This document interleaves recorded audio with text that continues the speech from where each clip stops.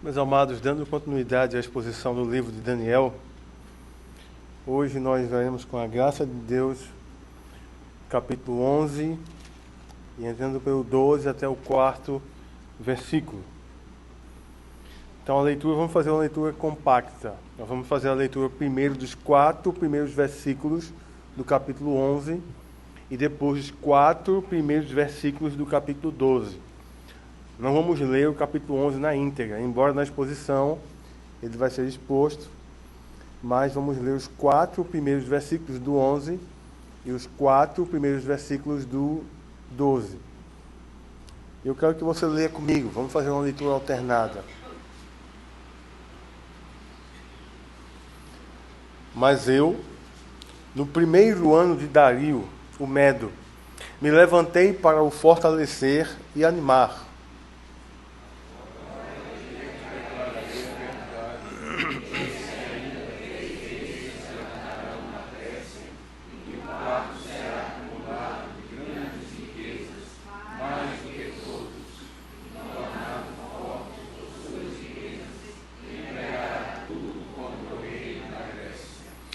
Depois se levantará um rei poderoso, que reinará reinará com grande domínio e fará o que lhe aprouver. Mas no auge do seu reino será quebrado e repartido para as 4 ventos do céu, mas não para a sua posteridade, nem tampouco segundo o poder com que ele reinou, porque o seu reino será arrancado e passará a outros fora dos seus descendentes. Agora, 12, do 1º ao 4º. Nesse tempo se levantará Miguel, o grande príncipe, o defensor dos filhos do teu povo, e haverá tempo de angústia, qual nunca houve, desde que houve nação até aquele tempo. Mas naquele tempo será salvo o teu povo, todo aquele que for achado inscrito no livro.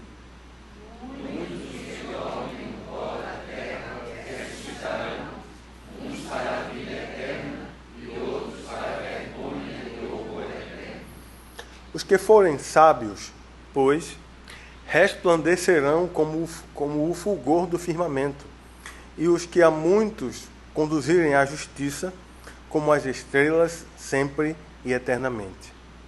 Tu, porém, Daniel, encerra as palavras e sela o livro, até ao tempo do fim. Muitos desvairarão e o saber se multiplicará. Amém. Vamos orar uma vez mais, curva sua cabeça. Ó Senhor nosso Deus, clamamos mais uma vez por Tua misericórdia, ó Pai. É a Tua palavra, a palavra da verdade, que nos guia a verdade. Palavra que guia e fortalece a nossa vida, nos enche e nos dá esperança, nos corrige, disciplina, nos cura. Ó Senhor, te pedimos Tua graça pela Tua palavra. Que o Teu Espírito Santo nos ajude na exposição e na compreensão, Pai, de Tua palavra, para a honra e glória do Teu nome, em nome do Senhor Jesus. Amém, amém. E amém. Como foi falado pelo presbítero Fernando, se não me engano, o pastor Cláudio está na congregação de Aliança hoje à noite. Mas antes de começarmos a exposição, eu quero dar as boas-vindas à nossa querida irmã Marina Guerra. Seu pai aqui falou que ela está conosco. Marina, seja muito bem-vinda. Como alguns devem saber, ela tem estudado já há 2 anos no Palavra da Vida lá em Atibaia. Tem feito curso de discipulado e liderança. Esse mês de janeiro ela estará conosco, colocando em prática o que tem aprendido lá, nos abençoando aqui. Muito bem-vinda, Marina. O Senhor te abençoe nesse tempo conosco. Meus queridos, então, indo aqui ao nosso texto, nossa exposição. Que tem acompanhado, de alguns de vez em quando perguntam: ei, pastor, domingo vai ser Daniel? Estamos aqui agora, falta pouco. Próximo domingo pela manhã, se Deus quiser, encerramos a exposição do livro. Não sei para vocês, mas para mim, infelizmente, está dando saudade já de Daniel, que é um livro maravilhoso, desafiador em muitos aspectos. E como vimos, Daniel chega um adolescente lá na Babilônia com seus amigos, e agora já está com cerca de 85 anos. Então já havia se passado o período dos 70 anos de cativeiro. Ele já, por sua idade avançada, não tinha como voltar para sua terra. Tenta imaginar, um homem já tão idoso naquela época, viajar dias e dias, e ia chegar lá para quem? Seus pais já deviam ter morrido há muito. Ele talvez não tivesse irmãos. Se tivesse, como reconhecer? Quem eram seus parentes? Então ele continuou na Babilônia, continuou no Império. Agora, algo para se ressaltar sobre ele. Mesmo com toda aquela vontade que tinha, porque ele tinha vontade sim de voltar para a sua terra. É claro que ele tinha. Mas mesmo não podendo voltar, Daniel nunca deixou de orar pela sua terra. Daniel nunca deixou de interceder pela sua amada Jerusalém, a terra prometida para o povo naquele tempo do Antigo Testamento. Daniel era um homem de oração e também um homem da palavra, e um homem que recebeu de Deus profecias e visões concernentes ao seu tempo, um tempo depois, e coisas que reverberam ainda hoje, como vamos ver aqui nesse capítulo 12, os primeiros versículos, que dizem respeito ao tempo do fim. O livro de Daniel foi escrito, dentre outras coisas, para trazer esperança e motivação aos que haviam voltado do cativeiro para Jerusalém, para recomeçar a vida novamente na Cidade Santa. Todas as narrativas, desde Gênesis, Juízes, o livro dos Reis, de Samuel, Daniel, os outros profetas, eles fazem parte do enredo histórico redentivo. E é importantíssimo ter isso em mente. A partir de Gênesis já começa o anúncio do Evangelho. Cristo começa sendo anunciado já em Gênesis. E a partir dos livros seguintes, ele vai sendo anunciado de uma maneira, de outra, através de figuras, instituições, e ele vai sendo anunciado que virá o Messias, a semente da mulher, que esmagar a cabeça da serpente. Então esse registro mostra os atos de Deus redimindo o seu povo. Em cada coisa que era anunciada, em cada ato, em cada profecia, em cada realização de profecia, Deus ia cumprindo o seu plano redentor para o seu povo. E Daniel é parte desse grande enredo. Então quero que você veja comigo aqui, nessa exposição de hoje. O Senhor impõe seu propósito às nações. O Senhor impõe os seus propósitos às nações. Eu quero que você olhe comigo para o texto com essa perspectiva, de que o Senhor, Ele tem os seus planos, seus propósitos, e Ele os estabelece em cada geração. Não importa se os reinos vão gostar ou não. O Senhor vai estabelecendo o seu propósito eterno no decorrer dos anos, na história da humanidade. Então, vamos ver aqui no capítulo 11, do versículo 1 ao 9, a sucessão de impérios conforme Daniel. Como ele colocou antes na sua visão, na verdade foi a visão que o Senhor deu ao rei Nabucodonosor no 2º capítulo, e depois do capítulo 8º, principalmente. Então, o que temos aqui nesse capítulo 11, já havia sido falado no 8º capítulo, digamos assim. Então, como falamos no sermão anterior, esse aqui, o capítulo 10, foi a base para esta parte final. E qual é a base para essa parte final de Daniel? Capítulos 10, 11 e 12. Os capítulos 2º, 7º e 8º. São importantíssimos e fundamentais para podermos entender essa parte final.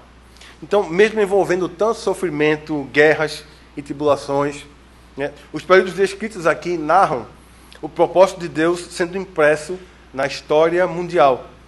Cada império, cada direção, desenvolvimento dos acontecimentos, tudo caminhando para convergir no cumprimento dos propósitos divinos de salvação para o mundo. Há um trecho do Salmo 33, versículos 10 e 11, que é muito forte e muito marcante. O Senhor frustra os desígnios das nações e anula os intentos dos povos. O conselho do Senhor permanecerá para sempre. O desígnio do seu coração por todas as gerações. É o que está lá nesse salmo. Então o Senhor vem imprimindo o seu propósito redentor na história da humanidade. E aqui nesse trecho, nessa visão, lembrem, Daniel estava ali no rio Tigre, estava com outros homens e recebe uma visão maravilhosa e tremenda. Ele está ali com aqueles homens Eles percebem algo diferente, mas não conseguem identificar. Eles não viram, mas Daniel, sim, ele viu. A visão do mensageiro que veio trazer a palavra de Deus ao seu profeta é tremenda. Então, ela é tão tremenda que muitos são muito rápidos em dizer que ali era Cristo que apareceu para Daniel.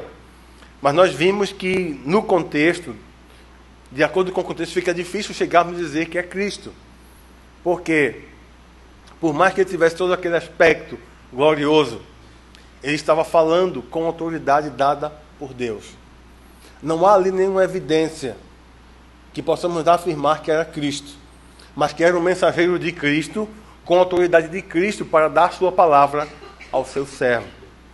Então, o que é mais importante ali? O conteúdo que veio ser trazido pelo mensageiro. Isso traz uma grande lição para nós aqui já. Mesmo com visões, figuras e outros recursos maravilhosos e tremendos, a palavra é predominante. É ela a que devemos nos prender e nos agarrar. Quando diz, olha, eu vi um anjo. Sim, você viu. E o que foi que ele disse? Muita gente por aí diz que viu anjo. Muita gente por aí querendo ver anjo. Me permita perguntar algo. Qual a necessidade de você ver um anjo? Mas temos necessidade sim da palavra de Deus. Dela sim. É ela que é eterna. É ela que é autoritativa. E devemos atentar para a palavra de Deus. E ter muito cuidado com aqueles que dizem que tiveram visões, que tem alguma coisa para trazer para nós. Então, os versículos 1 ao 35, vamos destrinchar aqui um pouco. Nós temos uma repetição do que já havia sido apresentado em visões no capítulo 2, especialmente no 8º, a maior parte no 8º capítulo, que é a visão do carneiro, do bode, dos 4 chifres e do chifre pequeno. A diferença é que há pormenores históricos que não tivemos antes. Algo semelhante à literatura de Apocalipse. Lembram, quem está na EBD acompanhando, tem aprendido isso. Pelo menos é o que a gente espera, né? Então, são ciclos. A mesma história repetida, só que de maneira diferente e com alguns acréscimos em alguns momentos. Quem tem acompanhado a EBD tem sido enriquecido pela palavra nisso e tem conhecido como ler e entender, daquilo que se pode, o livro de Apocalipse. Então, Daniel também é um livro apocalíptico e tem semelhança de literatura, de escrita, com a de Apocalipse. E é por isso que, em alguns momentos, se repete o que foi colocado antes, com alguns detalhes que não foram colocados anteriormente. Então, no versículo 2, fala provavelmente, embora não diga o nome do imperador, mas provavelmente esse, que o terceiro mais poderoso, que ele se refere, do Império Persa, é o Xerxes, que foi o imperador Médio-Persa que guerreou contra a Grécia. O versículo 3 fala sobre o Alexandre, o Grande, o Alexandre Magno. O versículo 4 sobre o que aconteceu após a morte de Alexandre, ou seja, ele não deixou o reino para seus descendentes, mas seus 4 generais assumiram então o comando. O império foi dividido em 4 partes, em 4 regiões, e cada general assumiu uma parte do império para liderar. Então Cassandro ficou com a Macedônia e a Grécia, Lisímaco com a Trácia e a Bitínia, Seleuco com a Síria, a Babilônia e outros países do Oriente. E Ptolomeu ficou com o Egito. O versículo 5 fala um pouco sobre como Seleuco subiu ao poder com a ajuda e a proteção de Ptolomeu, lá do Egito. Então ele foi ganhando força e subindo, crescendo até o norte. Então eu peço aqui que você abra a sua Bíblia, você mantenha aberta e vá acompanhando os trechos, porque realmente o texto é longo. E se nós formos nos deter em leitura, vamos despender um tempo maior. Então eu quero que você observe e acompanhe comigo o texto para acompanhar trecho por trecho. Então vimos aqui o 5º versículo e o 6º agora. O 6º versículo aborda o período por volta de 300 a.C. É um tempo marcado por algumas alianças e guerras entre os reinos do norte e do sul. Na sua Bíblia aí está em negrito, os reinos do norte e do sul. Então, basicamente, você vai ver aí conflitos e guerras entre Seleuco I, vai ter o segundo, o terceiro, Antíoco I, o segundo, o terceiro, vai aparecer Antíoco IV, vai aparecer Ptolomeu I, o segundo, o terceiro. Então, sempre o norte e sul em guerra, constantemente. Uma geração ia, vinha outra, e eles continuavam em guerra. Alguns reis do norte, que representavam, no caso, o Egito, tinham o nome de Ptolomeu. Era um tipo de título dado para o imperador, o rei daquela região, daquela nação. E os do sul, representando Síria e Palestina, o título de Antíoco. Então, os eventos narrados aqui ocorreram por volta de 250 a.C., dentro do ano 300, mais 250 a.C. Então, Ptolomeu II tentou firmar uma aliança, como eles faziam naquela época. Quando um rei queria fazer aliança com outro inimigo, ou queria trazer paz, ele poderia dar sua filha em casamento, ou seu filho em casamento, a princesa do outro rei, ou casando a filha com o próprio rei, que era inimigo e que tinha intenção de ser tornado em aliado. Então, Ptolomeu II tinha uma filha chamada Berenice. Então, Berenice foi dada como esposa para Antíoco II. Mas isso acabou em tragédia, pois Seleuco II, que era filho de Ptolomeu II, com a sua primeira esposa, da qual ele havia se divorciado, influenciado e envenenado por sua mãe, matou Berenice e os filhos que ela teve com seu pai, Ptolomeu II. Ele literalmente assassinou sua madrasta e os irmãos que vieram de Ptolomeu II, seu pai, com a sua madrasta. Ele foi motivado pelo ciúme e pela inveja de sua mãe, a ex-esposa de Ptolomeu II. De Antíoco II, que era o seu pai, o pai de Seleuco II. Então percebam que houve uma grande tragédia aqui. Então aqui, a partir dos versículos 7 e 9, digamos assim, desce aí, viria um descendente, alguém, digamos assim, para procurar vingar essa tragédia que houve nesse primeiro momento de uma tentativa de aliança. Então, a guerra que Ptolomeu III, filho de Ptolomeu II, irmão de Berenice, e Seleuco II, então começaram uma guerra por conta do assassinato. Antíoco II tinha o seu filho, Seleuco II, que assassinou a sua madrasta Berenice. Então houve esse conflito aí entre Antíoco II e Ptolomeu III por causa de Berenice. Então, Ptolomeu prevalece e consegue um período de paz, um tempo de paz. Mas tempos depois, Seleuco II, o assassino de sua irmã, volta a atacar o Egito, mas não foi bem sucedido. Nos versículos 10 ao 12, houve conflitos entre Ptolomeu III e Antíoco III. Ptolomeu derrotou seu oponente na batalha chamada Batalha de Ráfia, em cerca de 205 a.C. Seguiu-se então um outro período de paz. E nesse período de paz, sem guerras, Antíoco III recupera as forças e vem empreender então uma outra campanha contra o seu oponente, seu inimigo. Versículos 13 e 14 agora. Então, Antíoco vai, e depois desse tempo de paz, empreende campanha contra o Egito. Mas o rei agora é outro. É Ptolomeu IV. Então, Antíoco conseguiu aliados, foi fazendo alianças, e dentre eles alguns judeus que gostavam de violência, que gostavam de guerra.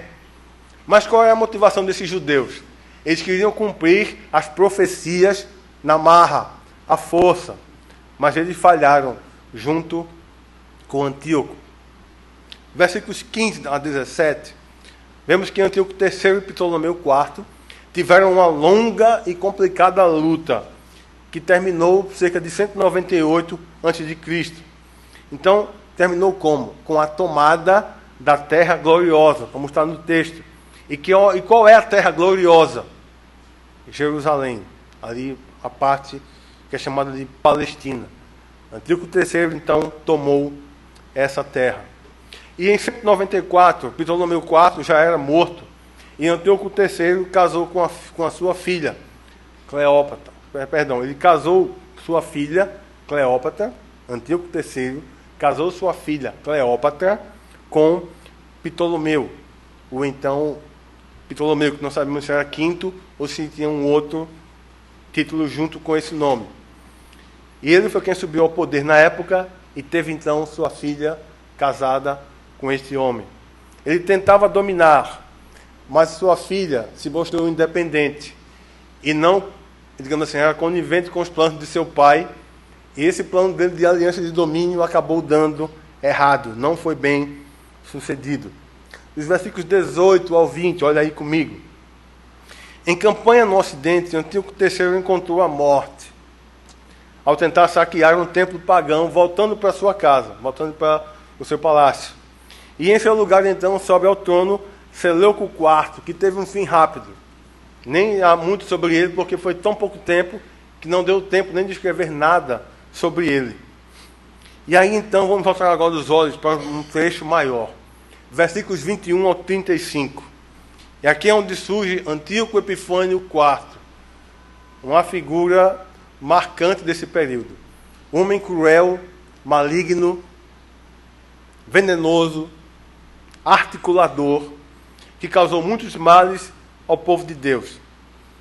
Então, dos domínios de Seleuco, no Egito, surgiu Antíoco Epifânio IV, um homem dissimulado, muito hábil em usar outros para lutar em suas batalhas. Era um covarde. Era especialista em fazer intrigas para tirar proveito. Foi assim que ele assumiu o Egito.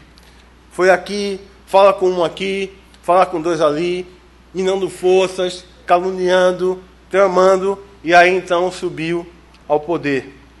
O historiador Fábio Joséfos registrou algo sobre ele.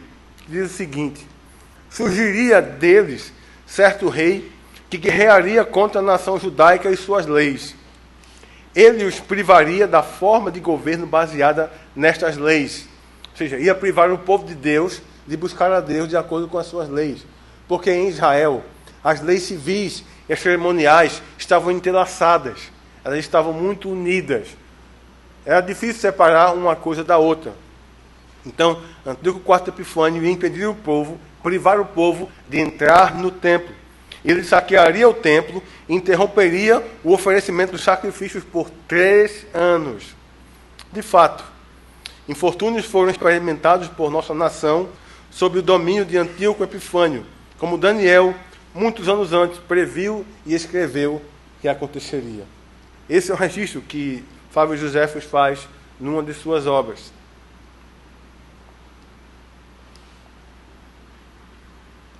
Este homem foi cruel e oprimiu muito o povo judeu. Ao modo dos imperadores da época, ao estilo dos imperadores da época, ele tentou dizimar a cultura judaica, acabar completamente com ela. Tentou destruir a fé judaica. Chegou ao ponto de sacrificar uma porca no templo e colocar uma guarda armada para que o povo não entrasse no templo para oferecer sacrifícios nem para orar. Veja aqui então agora versículos 32 a 35. E eu quero ler com vocês. Eu quero que vocês leiam comigo. Vamos ler nisso. Versículos 32 a 35. Diz aqui o seguinte: aos violadores da aliança, ele, com lisonjas, perverterá. Mas o povo que conhece ao seu Deus se tornará forte e ativo.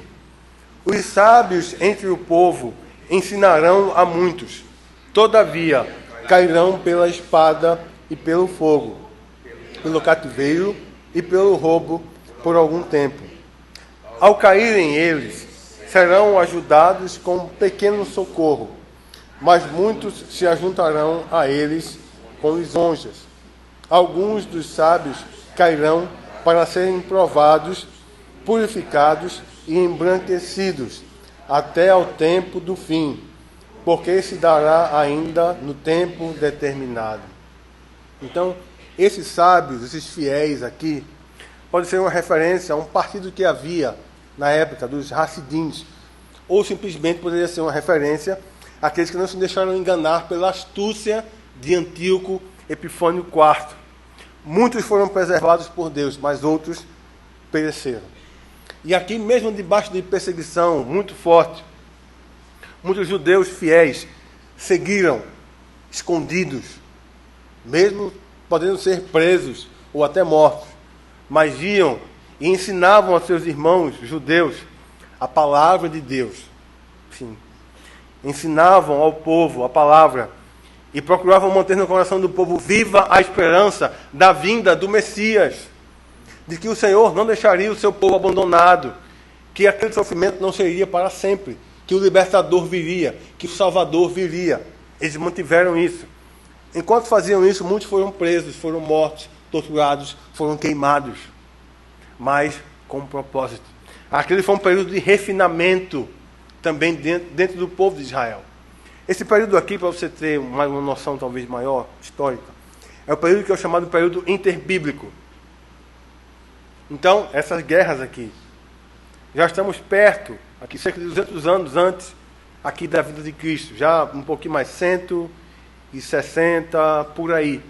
Então já está próximo, cerca de pouco menos de 200 anos, viria então Cristo. E o Senhor estava ali mantendo o seu remanescente fiel. E alguns, mesmo com a sua própria vida em risco, estavam pregando a palavra, ensinando a seus irmãos a palavra, para que não esfriasse no coração a esperança da vinda do Messias. Foi um período mesmo atribulado, com perseguição e morte, mas foi um período de purificação, de fortalecimento para o povo de Deus. Do 36 ao 45, a partir daqui nós vemos muitas semelhanças. Alguns poderiam dizer que isso aqui é a continuação da descrição de Antíoco IV Epifânio. Os comentaristas se dividem aqui, porque realmente não é tão fácil chegar e discernir e separar. Mas alguns acreditam que, embora haja descrição em relação ao Antíoco IV Epifânio, sim, mas também é um tipo de prenúncio da figura do anticristo. Vários comentaristas acreditam nisso e caminham dessa maneira. Então, as semelhanças aqui são muito grandes. Parece que é a continuação da descrição de Antíoco IV Epifânio, mas não é simplesmente isso. Então, lembrando que, assim como vemos em Apocalipse, como temos visto, existem coisas que aconteceram ali no primeiro século ainda. As igrejas da Ásia ouviram a palavra, ouviram as profecias, e muito aconteceu lá. Mas também foi anunciado lá muito do que foi acontecendo durante as gerações, e algumas coisas têm acontecido também hoje. Trazendo isso para Daniel, houve coisas que aconteceram também ali naquele período. Daniel estava escrevendo para o povo que tinha voltado do cativeiro, para motivá-los, para reacender a esperança no coração. O Messias viria. Eles não poderiam perder isso, não poderiam perder o foco disso. E muito aconteceu naquele tempo. Mas também há profecias e coisas nessa visão que aconteceriam mais à frente. Então, esse trecho aqui, podemos considerar um trecho apocalíptico, que mistura o que aconteceria num futuro breve e num futuro distante.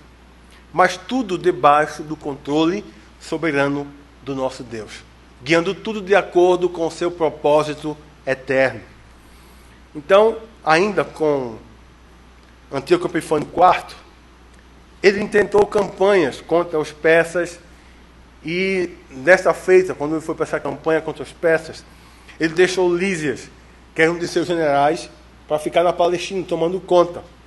Mas nesse período, foi justamente em que houve a revolta dos Macabeus, que ali então libertaram o povo do jugo de Antíoco IV Epifânio. E ele também, por sua vez, foi mal sucedido na campanha contra os persas. E ao ouvir as notícias, e juntando uma coisa e outra, ele ficou tão mal e tomado de um terror e desapontamento tão grande, que veio a falecer em sua própria cama, em seu quarto. E alguns dizem que ele foi acometido de um câncer, que já estava avançando, já estava em progresso, e que não houve possibilidade de ele ser tratado. E ele morreu desse câncer. E aqui então nós passamos do capítulo 11, vamos entrar agora no capítulo 12. Lembrando, primeiro versículo ao 4. E eu quero que você mantenha a sua Bíblia aí aberta comigo. Eu quero que você leia comigo novamente esse trecho. Vamos ler juntos. Nesse tempo se levantará Miguel, o grande príncipe, o defensor dos filhos do teu povo. E haverá tempo de angústia, qual nunca houve, desde que houve nação até aquele tempo.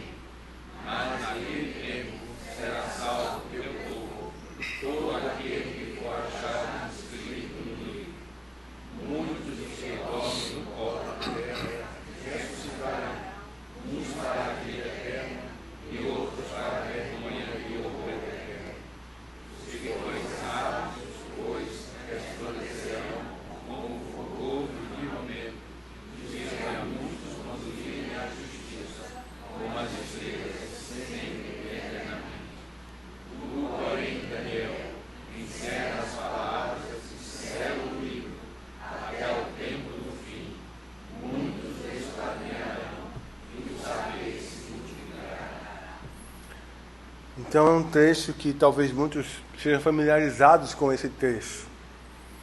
E aqui no capítulo anterior, que é o capítulo 11, nós temos os termos tempo determinado e tempo do fim. O versículo 27, o 29 e o 40 colocam isso. Esse capítulo aqui inicia com nesse tempo. É a continuação da visão. Lembrando, estamos aqui no trecho final, que é um bloco único, do capítulo 10 até o 12. Como não dá para expor realmente de uma vez, é por isso que foi necessário fazer o capítulo 10, agora o 11, entrando pelo 12, e o próximo domingo concluído, do versículo 5 ao 13 do capítulo 12. Então, esse tempo do fim aqui se refere ao fim dos tempos mesmo. O fim dos tempos que foi inaugurado por Cristo em sua primeira vinda. É o tempo a que ele se refere aqui em que o anticristo ele vai tentar aniquilar o povo de Deus. Miguel, o arcanjo, representa aqui o exército celeste que lutará pelo povo de Deus. Esse aqui não é Cristo. É Miguel, o arcanjo. É um anjo. Como falei no sermão anterior, há alguns que tentam forçar o texto para dizer que esse Miguel aqui é Cristo. E não é. Não há evidência bíblica para se afirmar que esse Miguel aqui é Cristo. Não há como, não há possibilidade disso. Eles querem... por que eles tentam dizer que aqui é Miguel? No capítulo 7, quando você lembra daquela visão que ele tem, se levantará um príncipe, o príncipe do povo. E esse príncipe vai lutar e vai vencer. Mas no 7º capítulo, aquele príncipe, ali é Cristo, sim. Porque Cristo vai lutar, ele vai entregar sua alma na morte. Ele vai à cruz, vai lutar pelo seu povo, entregar sua vida, vai vencer a morte. Ali é Cristo. Mas aqui, Miguel, o príncipe. Se você lembrar no capítulo 10, quando o anjo fala com Daniel, quando veio trazer a resposta, olha, eu estava lutando contra os príncipes da Pérsia, mas Miguel, um dos primeiros príncipes, Então fica evidente, Miguel é autoridade entre os anjos do Senhor, sim. A hierarquia entre os anjos. E aqui, por mais que tenha o título Miguel, o príncipe, não quer dizer que seja Cristo. É Miguel, o arcanjo, Miguel, o anjo. Isso fique claro aqui para nós. Então, ele representa aqui o exército celeste que vai pelejar com o povo de Deus, para que o povo de Deus permaneça, seja firme. Isso se dará como nunca houve antes. Grande angústia, guerras e perseguições sobre o povo da aliança, ou contra o povo da aliança. O Senhor Jesus falou sobre esse tempo, no seu sermão chamado Sermão Profético, em Mateus 24, no versículo 21. Os anjos do Senhor vão ajudar os fiéis a permanecerem fiéis debaixo da perseguição. O livro referido aqui é o livro visto por João em Patmos. Livro que estava na mão do Cordeiro Vencedor. Esse livro que é visto no capítulo 5 de Apocalipse, capítulo 7, no versículo 14. E o versículo 2 fala claramente também aqui sobre a ressurreição do corpo no último dia. Quando Cristo voltar para nos buscar, os mortos ouvirão a sua voz e se levantarão dos túmulos. Evangelho de João, no 5º capítulo, versículos 28 e 29. Uns para a vida eterna, outros para a condenação eterna. E aqui há uma promessa maravilhosa no versículo 3. Aqueles que ensinaram, os sábios, aqueles que encorajaram outros a seguirem a Cristo, os guiaram a sua palavra, os guiaram a Cristo e lutaram para que outros conhecessem a Jesus, receberão essa promessa. Eles brilharão como o fulgor do firmamento, como estrelas eternamente. Todos aqueles que lutaram e até deram sua vida para que Cristo fosse anunciado, esses vão brilhar como o firmamento. Naquele dia receberão isso do Senhor. Daniel recebeu então aqui a ordem de selar o livro. Quer dizer, após anunciar a visão de Deus e colocar no livro, ele deveria fazer uma cópia e selar o livro. Assim, as gerações futuras teriam acesso a esse livro. É por isso que ele disse que o conhecimento iria crescer, iria aumentar. Muitos iriam conhecer, esquadrinhar, e se multiplicaria o conhecimento de Deus e do seu plano redentor para esse mundo. Essa é a questão da multiplicação do conhecimento aqui. O saber se multiplicará. O mundo ia conhecer a história da salvação de Deus. O mundo iria conhecer a história do Messias, que viria para salvar, para redimir o povo de Deus. E que aplicações aqui, então, nós temos para concluir? Primeiro, Deus tem o controle absoluto da história do seu povo e do mundo. Não podemos nos cansar de afirmar isso e de ouvir isso. Porque ter isso no coração nos ajuda a dar estabilidade. Estabilidade emocional, espiritual. Nos dá sobriedade. Nos dá firmeza. Para não andar como muitos por aí desesperados. Vai acontecer o que amanhã? Semana que vem? Eita, e agora? E esse governo? E não sei quem? Eita, lá vem o anticristo. Deixa ele vir. É para ele vir mesmo. O lugar dele já está certo. O lugar do anticristo já está preparado. Assim como do dragão, da besta. Todos eles. Deixa vir. Eles vão vir. Vai ficar ruim no Brasil, vai acontecer uma guerra. Vem a guerra. Se tiver que vir, vai vir. Você está com medo de quê? Me diga. É da forma que você vai morrer? Você está com medo de quê? Como é que vão viver os meus filhos, os meus netos?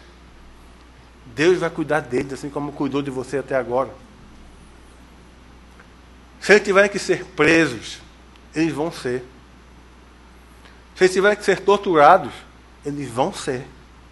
Você não vai poder impedir isso. Nem eu. Isso choca você?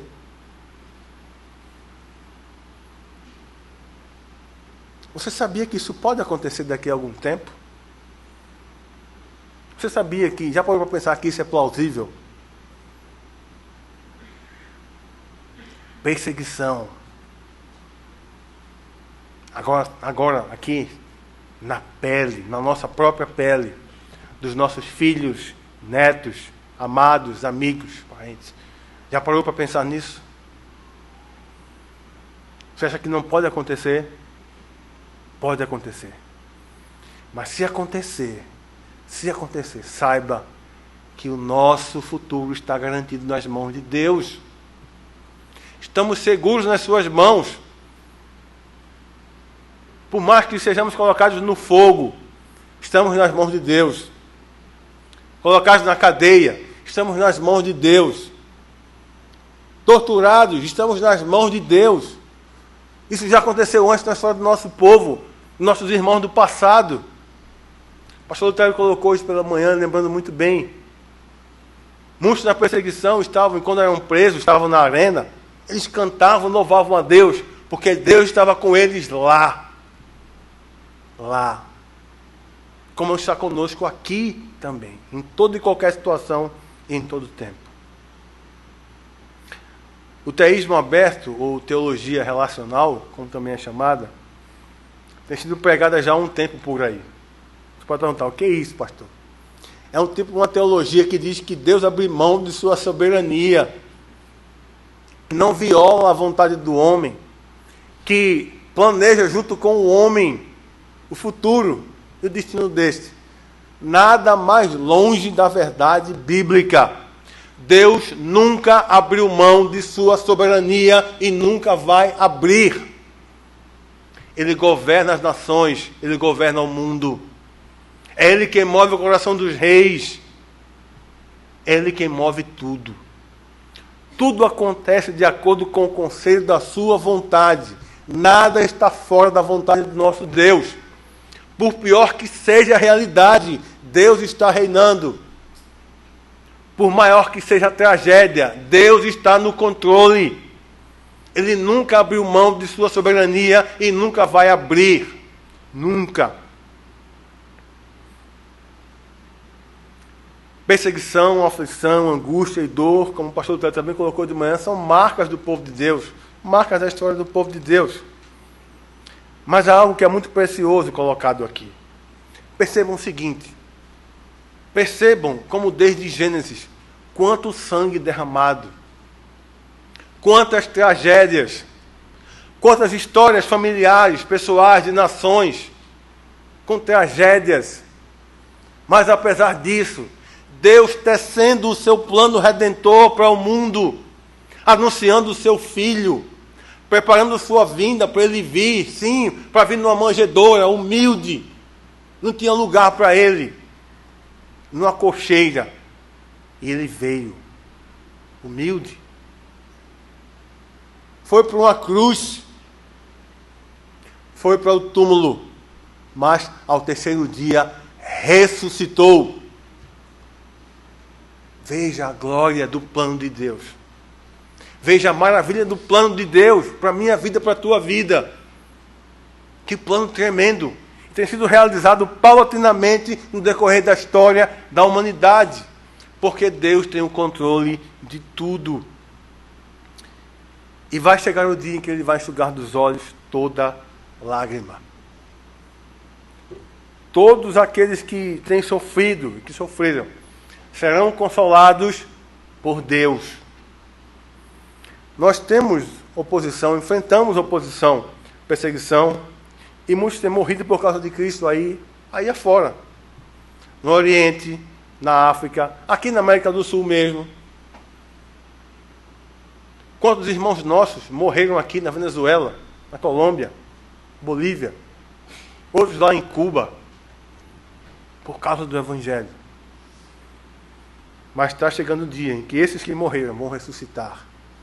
Assim como nós, se morrermos, vamos ressuscitar também. O que é que a mensagem da ressurreição do corpo deixa claro para mim e para você? Não tenha medo da morte. Não tenha medo da morte. Porque a morte não é o fim. Cristo, que venceu a morte, vai nos chamar e vai nos tirar do túmulo, os que morrermos. E quando Ele vier, os que morreram em Cristo vão ressuscitar primeiro. Os que ficarem vivos serão transformados e elevados às alturas para o encontro do Senhor nos ares. Você crê nisso? Você crê nisso de fato? Você é motivado por isso a viver e até arriscar sua vida por Cristo, se for o caso? Que essas palavras estejam em nosso coração. O nosso Deus é soberano. Tudo o que acontece está nas suas mãos. Ele guia tudo. E aquilo que parece o mais absurdo está debaixo do seu controle. Porque a coisa mais absurda que já houve nesse mundo foi o Santo dos Santos morrer numa cruz por causa de pecadores indignos. Esse foi o maior absurdo que houve nesse universo. E o que acontecer comigo e com você nunca vai se comparar, nem de longe, ao que foi feito com Cristo naquela cruz. Mas glória a Ele, porque Ele venceu. Ele venceu. E nós somos mais que vencedores com Ele. E nem a morte vai nos separar dEle. Nem ela. Porque quando chegar o dia, Ele vai nos chamar. E os que ouvirem a sua voz sairão do túmulo. Guarde isso nessa noite de hoje. A tua vida, da tua família, está nas mãos de Deus. O nosso país está nas mãos de Deus. Porque tudo está nas mãos de Deus. E tudo está caminhando para aquele dia, para o dia de Cristo. Dia em que vamos adentrar a eternidade. E começar então a viver com Ele eternamente, adorá-lo perfeitamente, por todo sempre. Esse é um dia glorioso. E devemos ansiar por esse dia. Quando ficarem difíceis as coisas, quando vier a angústia, quando vier o sofrimento, lembre-se desse dia. Lembre-se da ressurreição do corpo. Lembre-se de Jesus Cristo. Lembre-se da eternidade com Ele. Tudo na história está acontecendo dentro dos propósitos do nosso Deus e Pai. Ele é o Senhor do tempo, da salvação e da esperança. Nós seguimos então adorando, confiando nele em todo o tempo, até o dia da ressurreição do corpo, até o dia que ele vai voltar para nos buscar. E esse dia está próximo. Você está pronto para ele? Você está pronto para esse dia? Nós que amamos esse dia da sua vinda, dizemos: Maranata, vem, Senhor Jesus. Amém e amém. Feche seus olhos por uns instantes. Se coloque diante do Senhor.